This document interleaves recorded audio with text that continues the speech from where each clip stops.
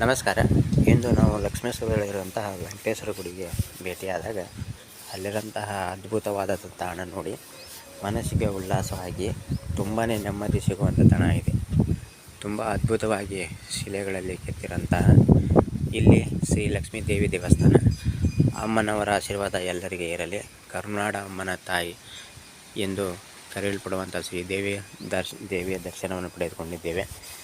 ಸುತ್ತಲೇ ಹಚ್ಚ ಹಸಿರಾದಂತಹ ಒಂದು ಪರಿಸರವನ್ನು ಹೊಂದಿರುವಂತಹ ವೆಂಕಟೇಶ್ವರ ದೇವಸ್ಥಾನದ ಹೊರಾಂಗಣ ನೋಡಲಿಕ್ಕೆ ತುಂಬಾ ಅದ್ಭುತವಾಗಿದೆ. ಎಲ್ಲರೂ ಬಂದು ಒಮ್ಮೆ ವೆಂಕಟೇಶ್ವರನ ದರ್ಶನ ಪಡೆದರೆ ನಿಮಗೂ ಸಹಿತ ವೆಂಕಟರಮಣನ ಕೃಪೆ ಸಿಗಲಿ ಅಂತ ಭಾವಿಸುತ್ತೇವೆ.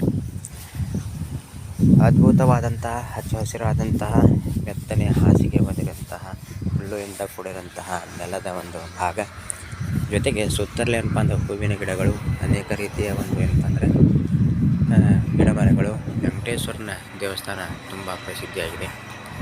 ಆ ರೀತಿ ಇಲ್ಲಿ ಶ್ರೀ ಭೂದೇವಿ ದೇವಸ್ಥಾನ, ಭೂಮಿ ತಾಯಿ ಎಂದೇ ಹೆಸರು ಪಡೆಯುವಂತಹ ಭೂದೇವಿಯ ದೇವಸ್ಥಾನವಿದೆ. ಆ ತಾಯಿಯ ದರ್ಶನ ಆಶೀರ್ವಾದ ಎಲ್ಲರಿಗೆ ಸಿಗಲಿ ಅಂತ ಬಯಸುತ್ತೇವೆ. ಅಮ್ಮನ ದರ್ಶನ ಎಲ್ಲರಿಗೆ ಸಿಗಲಿ. ಅದೇ ರೀತಿಯಾಗಿ ಪ್ರವಾಸಿಗರ ತಾಣ, ಅದ್ಭುತವಾದಂತಹ ಒಂದು ತಾಣವಾಗಿದೆ. ಇದು ಈಶ್ವರಲಿಂಗ ದೇವಸ್ಥಾನ. ಮೈಲಾಲಿಂಗೇಶ್ವರ ಎಂದೇ ಹೆಸರಾಗಿರುವಂಥ ಶ್ರೀ ಈಶ್ವರ ದೇವಸ್ಥಾನ ಮುಂದೆ ನಂದಿ ಈಶ್ವರ ದೇವಸ್ಥಾನ ಇದೆ. ದೇವಾಲಯದ ಕಟ್ಟಡಗಳು ಸುಸಜ್ಜಿತವಾಗಿ ಅದ್ಭುತವಾಗಿ ಕಲೆಯಿಂದ ರಂಗೊಳಿಸುತ್ತಿರುವಂತಹ ಅನೇಕ ದೇವಾಲಯಗಳನ್ನು ಹೊಂದಿರುವಂತಹ ಅದ್ಭುತ ತಾಣ ಇದು.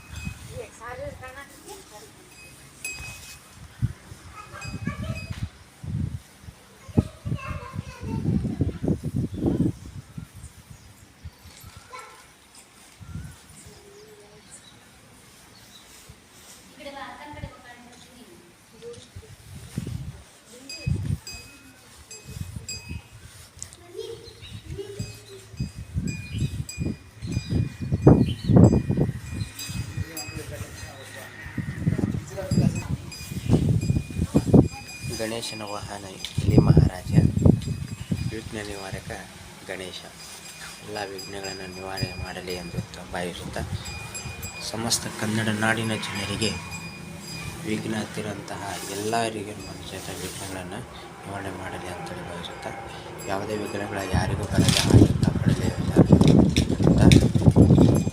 ಶ್ರೀ ವೆಂಕಟೇಶ್ವರ ದೇವಸ್ಥಾನದ ಮಾಹಿತಿಯನ್ನು ನೀಡಿದ ರವಿ ಸರ್ ಅವರಿಗೆ ಧನ್ಯವಾದ.